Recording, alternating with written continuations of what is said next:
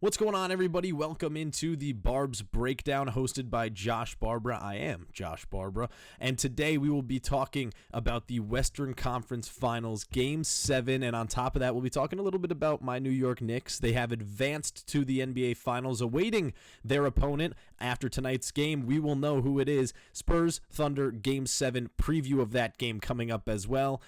NBA Finals preview tomorrow, and then after that on Monday, we're going to do a Stanley Cup Finals preview for that, because the NHL is in their final series, the NBA is in their final series. It's one of the best times in sports. It's the summer, right before MLB truly takes over, MLB being Major League Baseball. So it's going to be a ton of fun to preview all these series, but we got to preview this Game 7 before anything else. So we are back. Hopefully you guys enjoy this, and prepare for some regular uploads.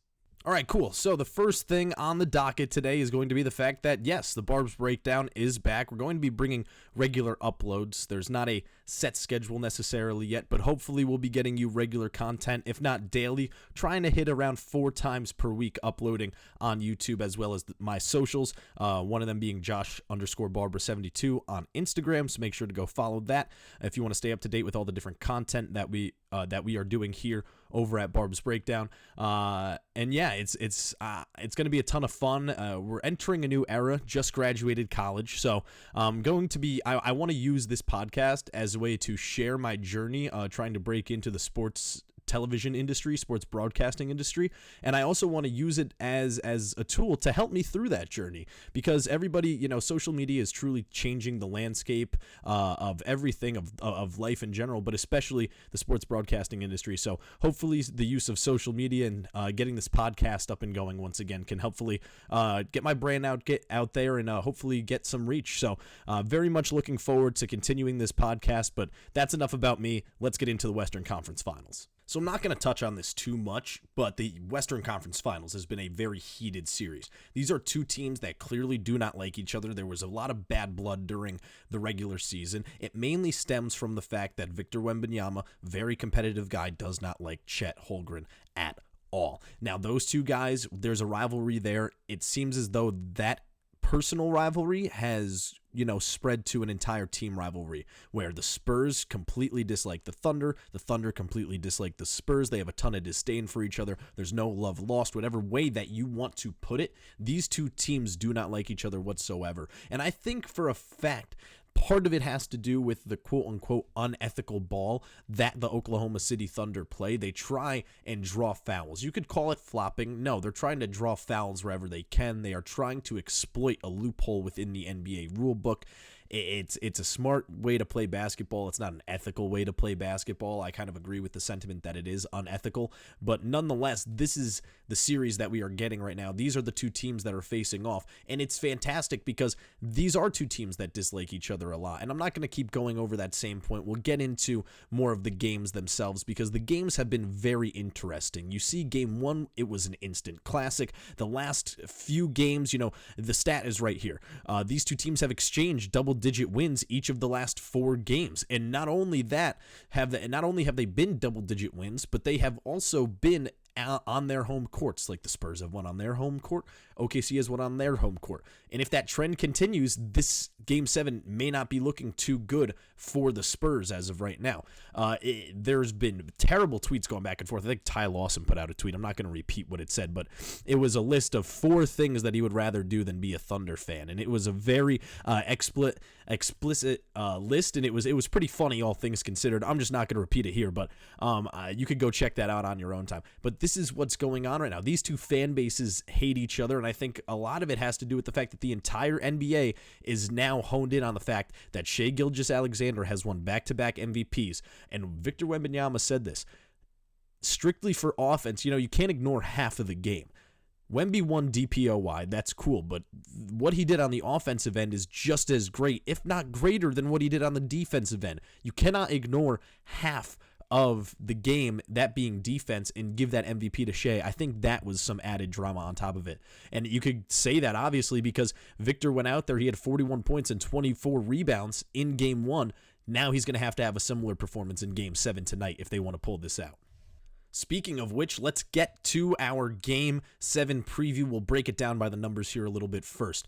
First things first, this is the fourth winner-take-all game between two 60-plus win teams in NBA history. The previous three were all decided by 1 point or went to overtime. So this game is going to be very close. Season on the line, trip to the NBA Finals on the line. On top of that, the rivalry is there as well. The rivalry in the Western Conference that is brewing between these two teams. It's going to be pure sports drama tonight. Moving on here, there have been 11 Game 7s played by the Thunder's starters compared to the Spurs, where there's only one person with Game 7 experience in that starting lineup, and that is De'Aaron Fox. He played in a Game 7 when he was on the Kings. Now, this is the first Game 7 matchup to feature two of the top three MVP candidates facing off against each other since 1982, when Larry Bird and the Celtics took on Dr. J and the 76ers. Now, who is going to be the key player for the Thunder to step up tonight? And you might say that it's a little cliche of me to say this. Cliche, get it? Maybe the back-to-back MVP should be the one to step up for them tonight. He's been playing terribly, just averaging 24 points per game. In the regular season, he averaged 31. He's shooting just 38% from the field in this series. He shot 55.3% from the field during the entire regular season. That was good for 12th in the NBA. And he has shot 40% or worse from the field in 4 straight games. He hasn't done that since the 2021-2022 season. He said that he puts in too much work to abandon his craft as of right now, and this late into the season. That makes sense. I'll give that to him. You're in Game 7 of the Western Conference Finals. You only have one more series to play if you win this game, and you're the back-to-back MVP. Do not abandon what makes you great. Now, what does make him great? Well, let's move down here to a quick stat that I have for you all. I saw this online, and I thought that it was very interesting. For our free throw watchers out there, for the Shea free throw watchers, and just the overall free throw watchers, in Game 5, there were 70 total free throws called. In Game 6, only 37. So what type of referee whistle are we going to get tonight? Are we going to get the referees that let them play because it's a Game 7, winner-take-all game? Or are we going to have the referees that call this game tight because it's a Game 7, winner-take-all game? It's going to be very, very, very interesting to see how this game plays out tonight. Now, on top of that, Shea called this the biggest game of his life, Game 7 being the biggest game of his career in his post-game presser following the Game 6 loss. I agree with that. Maybe the Game 7 in the NBA Finals last year, but at the same time, this is to go back to the Finals and have a chance at defending your championship against the New York Knicks and really solidifying your legacy as a modern-day dynasty, because to win back-to-back MVPs and then you're going to have to go through this gauntlet. You're down J-Dub, you're down A.J. Mitchell, which, by the way, A.J. Mitchell has been a fantastic role player for Oklahoma City throughout the playoffs, so his loss is a big one for them. It's a key piece for them, and it's going to be interesting to see what happens here tonight. My last thing as of right now, I actually got 2 more things for the Thunder, so let's run this down real quick. The Thunder need to open things up for Shea. That's first things first. They got to drop some set plays where the main objective and the primary goal of that play is to move Wemby away from the basket, because Shea is at his best when in the mid to short range game. Like that's where he's at his best. He's got to get to his spots in the mid-range game at the elbows, and then of course driving in, trying to create some contact to get to that free throw line that everybody makes fun of him for. That is his game. You can't do that if Wemby's in the paint. He covers the entire paint. So in order to open things up for Shea down low, you need to draw some things up to get Wemby away from the paint, and I think that's going to be the main key tonight for the Oklahoma City Thunder. And you could say, oh, that's so obvious, Josh. Well, it's Game 7, your season's on the line. KISS, keep it simple, stupid. That's how you got to keep the game plan. Neutralize Wemby, open things up for Shea, let your back-to-back MVP take over the game. It's pretty simple. Now, with J-Dub and A.J. Mitchell being out, who am I looking at? Could be a Caruso takeover game. We've seen it happen before, where Caruso just all of a sudden goes off for like 30 points. He's knocking it down like Steph Curry from beyond the arc. Could that happen? Who knows? He's bound to go off at any moment, and especially in a game where his team needs him to step up. He is that veteran presence as of right now on that team. I could definitely see that happening. But he's been fantastic on the defensive side of things the entire year. He's known for that. He's a gritty white guy, of course. So it could be a Caruso takeover game. On top of that, I think it's time for Jared McCain to truly show that he doesn't just play basketball as a side gig. This is going to be possibly his coming out party tonight, because that's another guy where I just talked about Caruso being able to knock it down like Steph. No, Jared McCain could literally go off for 8 3-pointers tonight and be the reason why the Thunder move on to the NBA Finals. He is somebody where we know that he is very, very, very gifted and talented, and I think that he just needs to prove it on a big stage. And what better big stage is there than the Western Conference Finals Game 7, trip to the NBA Finals on the line against your rival. The last thing that I have on the Thunder, they're obviously deeper than the Spurs, and I think this is where it could kind of help in their case, not only being on home court and having the Game 7 experience over the Spurs, but on top of that, they have a deeper bench. The Thunder bench is outscoring the Spurs bench by 20.3 points per game. You're getting 20.3 points per game more than the opposing team's bench from your bench. You need to be able to utilize that tonight, especially down a couple key pieces like A.J. Mitchell and J-Dub Jalen Williams. On the flip side of things for the Spurs, it's the same thing. You got to let your best player take over this game. You got to get him started early, that being Victor Wembanyama. It's his first Game 7 appearance. I want to see how he handles the pressure, especially in such a ferocious and intense environment like Oklahoma City and the Paycom Center, so that'll be interesting. But Wemby in the Eastern Conference Finals has proved that he is arguably the best player in the world. 28.2 points per game, 11.5 rebounds per game, and 3 blocks per game. I mentioned it earlier, he had 41 points and 24 rebounds in Game 1. You need to have another performance like that tonight if you want to truly put the league on notice saying, hey, I am here to take over and move on to the NBA Finals. In 3 games, like I said, he's been the most dominant force in basketball. It's been the Thunder playing great team basketball, and that's not to say that the Spurs haven't been playing great team basketball in those other 3 games, because in 3 games, in the 3 wins that the Spurs have had, Wemby's the best player on the court. In those other 3 games, Shea has played pretty well, but it's also the Thunder playing really good team basketball. But tonight, the Thunder are down multiple key pieces, as I mentioned earlier, literally a couple seconds ago with A.J. Mitchell and Jalen Williams. So I think as of right now, you really need to exploit that, have Wemby get going early. He had 20 points in all of Game 5 just a few days ago at the Paycom Center, but then went back home to San Antonio. Game 6, he had 22 just in the first half. So getting Wemby going early, key to success for the Spurs. I want to see him get closer to the basket. I feel like he's been trying to rely on his threes a little bit too much and trying to play up and around the perimeter, setting high screens, trying to get into that pick and roll game a little bit more, and if not, just taking a 3 for himself. I want to see him really dominate the paint today, get down low, use your size to your advantage, and really just play some bully ball. I know that he's not the biggest guy, he's pretty lanky, but he's going to need to play some bully ball today. On the flip side of that, not really flip side, but we're kind of talking about now the role players and some of the rising stars. Stephon Castle, Devin Vassell, they're defensive nightmares for the Oklahoma City Thunder. Both tall, strong guys. They have great lateral quickness, and Castle's done a tremendous job shutting down SGA in multiple occasions this series, on multiple occasions throughout this series. On top of that, Julian Champagnie.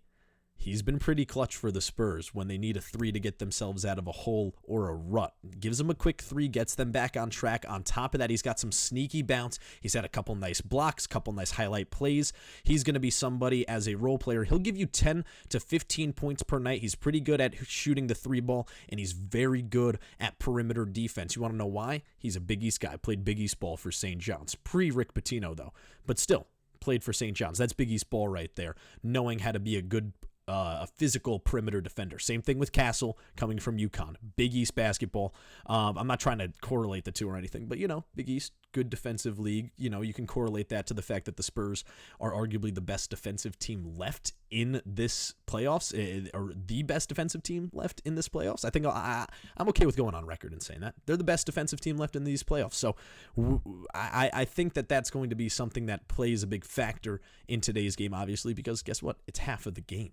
All right, well, it is finally time for me to give you my pick for who will win the Western Conference Finals Game 7 tonight on NBC and Peacock. I think that it is the San Antonio Spurs. I think off the back of Victor Wembanyama, Stephon Castle is going to be pesky on the defensive side of the ball. He's going to be tough for Shai Gilgeous-Alexander to work with. I don't think Chet Holmgren is going to have the best game. He really hasn't had the best series and really hasn't been the best player or the player that the Thunder thought he would be when they signed him to be that third star with Shai Gilgeous-Alexander and Jalen Williams. So I think that the Spurs get it done tonight.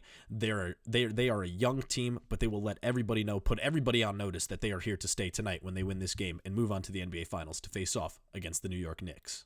Now, speaking of the New York Knicks, my New York Knicks, the team that I had to sit with during the dark days, support during some of the darkest days of the team's history. I had to watch Noah Vonleh and Damian Dotson in my starting five on a nightly basis with my father.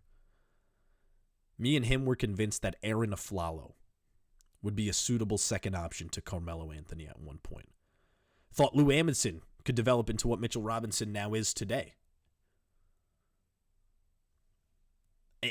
I had to watch Kyle O'Quinn, Quincy Acey, Cleanthony Early, Frank Ntilikina. You want me to keep going? Okay. Ron Baker, Steve Novak, discount double check. Shout out Steve Novak. Of course, we had the good moments like Linsanity. Won the Atlantic Division before getting bounced in the second round by LeBron and the Heat, of course. D-Wade and Chris Bosh and those teams. But now we're here. Jalen Brunson. Mike Breen, I said it before, born to play basketball. Grew up around the halls of MSG. Around the last team that went to the finals. His dad was on that team in 1999. And to see where the team has gone from when David Fizdale in 2019, for instance. Everybody knows, if you are on NBA Twitter or Knicks Twitter, you know this photo. David Fizdale smiling, grinning ear to ear, while the Knicks are down 100-62 against the Bucks after the third quarter in a 2019 game. We have waited so long. And I say we because I'm talking about myself and all the other Knicks fans out there that have gone through pain and suffering for the majority of their lifetimes. The best part of the season used to be the draft lottery in Summer League. And then when we got to Summer League, the team was subpar at best. Normally. So to see my New York Knicks in the NBA Finals, I get to buy a shirt that says Knicks Eastern Conference Champions, Knicks NBA Finals. I might buy a Brunson jersey with the NBA Finals logo on the back. And for the first time in my lifetime, there are people, other fans of other teams chanting, saying that they want the Knicks. It's an absolute surreal feeling. And I had all of these stats lined up to talk about because I'm somewhat of a statistical guy. I wanted to talk about some stats, but I threw that to the side. I said, you know what? Let me just speak from my heart as a Knicks fan. New York is a basketball city. There's all different sets of fans because there's the Mets, there's the Yankees, there's the Jets, there's the Giants, there's the Bills, the only technical actual New York football team that plays in New York, technically. Even though I'm a Giants fan. Still have to make that clear. But there's all these different sets. There's the Rangers and the Islanders. Devils playing in New Jersey. But there's all of these different sets of teams. I'm a Mets, Giants, Knicks guy. My dad is a Jets, Mets, Rangers guy.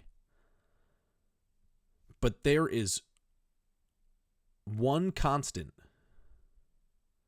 one singular constant until the Nets move to Brooklyn. But even then, nobody pays attention to them, really. There is one team that represents all 5 boroughs of New York and upstate. It is the New York Knicks. There is no unity in New York City like the unity that the Knicks bring to the city. I was down there last year for the Eastern Conference Finals, went to the watch party in Central Park. I went with a buddy, and we didn't realize that you need to buy tickets for it. We thought that you could just walk up there. And there was this random guy that was like, yeah, we got 2 extra tickets. Are you two a duo? And we were like, yeah. And he's like, all right, come on with us. You're coming in. Perfect.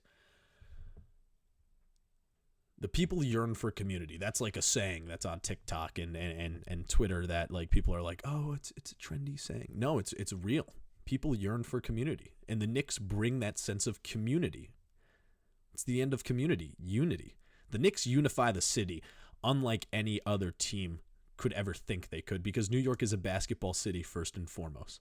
St. John's does it on a collegiate level, but nowhere on the level of what the Knicks do to the fans and to the city of New York when they are this good.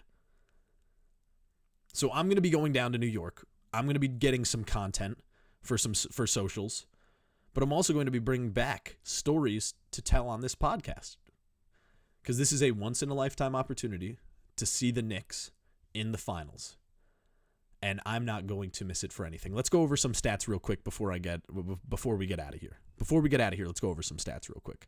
So the Knicks obviously started off down 2-1 to the Hawks, haven't lost since. That was on April 23rd. They haven't lost in over a month. They've won 11 straight games in the playoffs. That's like unheard of.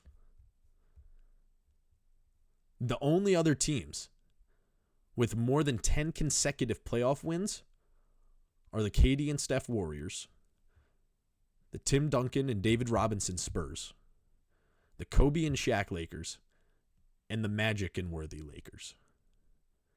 Oh, forgot to mention, this year's New York Knicks team. Just put that into perspective of where the Knicks rank. So as of right now, I've never been able to say this in my life. I think I could say this. The Knicks are playing the best basketball in the NBA. I've never been able to say that in my lifetime. The New York Knicks are playing the best basketball in the NBA. And I'm very thankful for what Tom Thibodeau did. I mentioned this last year. He is a ceiling raiser. He's not a championship winner, and it was pretty clear because he had Landry Shamet on the bench. He's the first player with 10-plus threes on 80-plus% three-point shooting in the conference finals in NBA history. And he was on our bench last year. This team has truly just they learned from last year. And it's pretty clear that Mike Brown isn't letting the team forget where they came from as far as last year goes. Before Game 4, him and the other coaching staff, Rick Brunson in particular, put together a video package of the players' faces after they got bounced by Indiana in the conference finals last year. They played that. The Knicks went out and won by 37. In closeout games, the point differential for the Knicks is a plus 118. Their average margin of victory is 23.8 points. They're averaging 122.9 points per game. This is one of, if not the best New York Knicks teams of all time. But the job is not finished yet. They still have 4 more games to win. And then the city and Knicks fans around the nation can truly celebrate. And that is what I will leave you on today. Make sure to tune in tomorrow, NBA Finals preview. We will know after tonight who the Knicks will face off against in the NBA Finals. Will it be the Spurs? Will it be the Oklahoma City Thunder trying to defend their championship? Well, tune back in tomorrow to find out and hear my thoughts on the NBA Finals. We'll see you next time. My name is Josh Barbara, signing off. This has been the Barbs Breakdown.